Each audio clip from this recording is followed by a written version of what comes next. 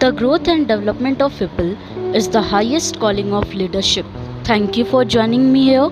I, Akanksha, hoping for your well being, welcome you all. So, today we will start with the remaining portion of development concept. So, let's start with the concept.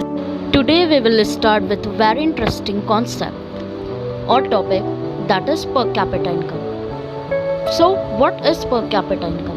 It refers to an average income which measures the average income earned per person in a given area, that is either in city wise, region wise, or country wise.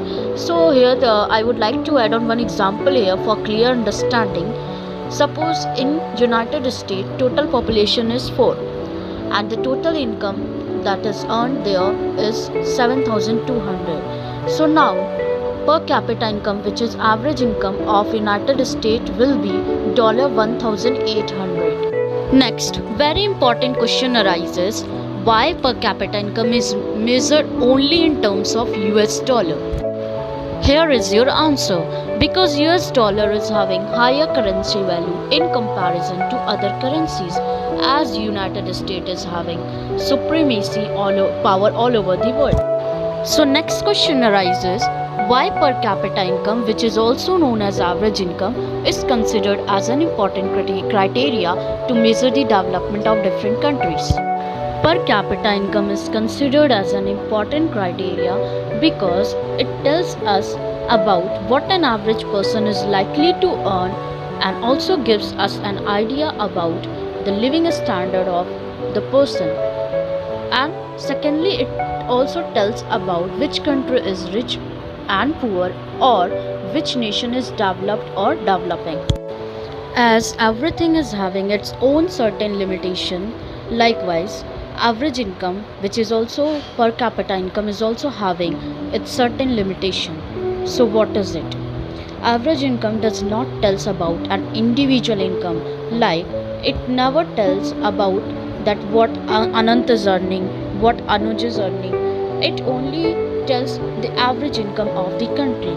Second, it also not tells that how income is distributed among different people. It will be more clear to you with the example here in diagram. So in diagram, country A and B shows the distribution of income, how income is distributed.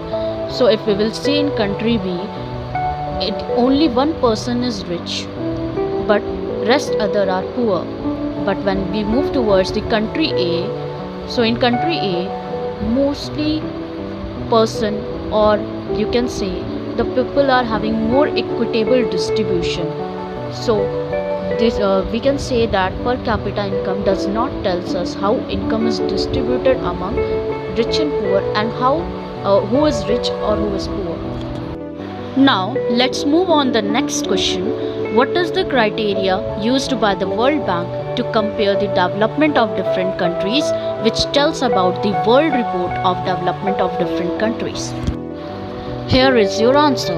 World Bank uses only per capita income, which is also known as average income, to measure the development of different countries. Now I know question arises in your mind that why World Bank uses only per capita income. So already I told earlier why per capita income is considered as an important criteria to measure the development of different countries. Now let's move on the next concept. What is the criteria used by United Nations Development Program to measure the development of different countries? United Nations Development Program helps the nation to know about the Human Development Report of a nation. So, United Nations Development Program uses Human Development Index to measure the development of a nation, which tells about the Human Development Report of a nation, under which 3 major criteria has been taken into consideration. First is per capita income, then educational status, and then health status. Per capita income is known as average income, which already you have learned. Educational status also I have told you in my previous videos, like net attendance ratio, literacy rate. Health status also include infant mortality rate or sex ratio, which I already told in previous video of mine. Here are some of the human development indicators which will help you that already I have discussed in my previous video, that is infant mortality rate, literacy rate, net attendance ratio, sex ratio. Now, here are the very important concept, body mass index. As question arises how to know whether a person is fit or not. For this, body mass index is used, which helps to measure the mass of the body and tells about the fitness of a person. And the formula to calculate body mass index is weight upon height square. And the unit used for this is kilogram per meter square, means kg per meter square. And how to know whether a person is healthy or not. If body mass index is in between the range of 18.50 to 24.99, person is considered to be healthy. But if it is below 18, they are considered as underweight, and when it is more than 25, they are considered as an overweight. It's very sad for us that we are only focusing for development, or our country is only focusing for development without thinking to protect our environment and to conserve the resources for future generation.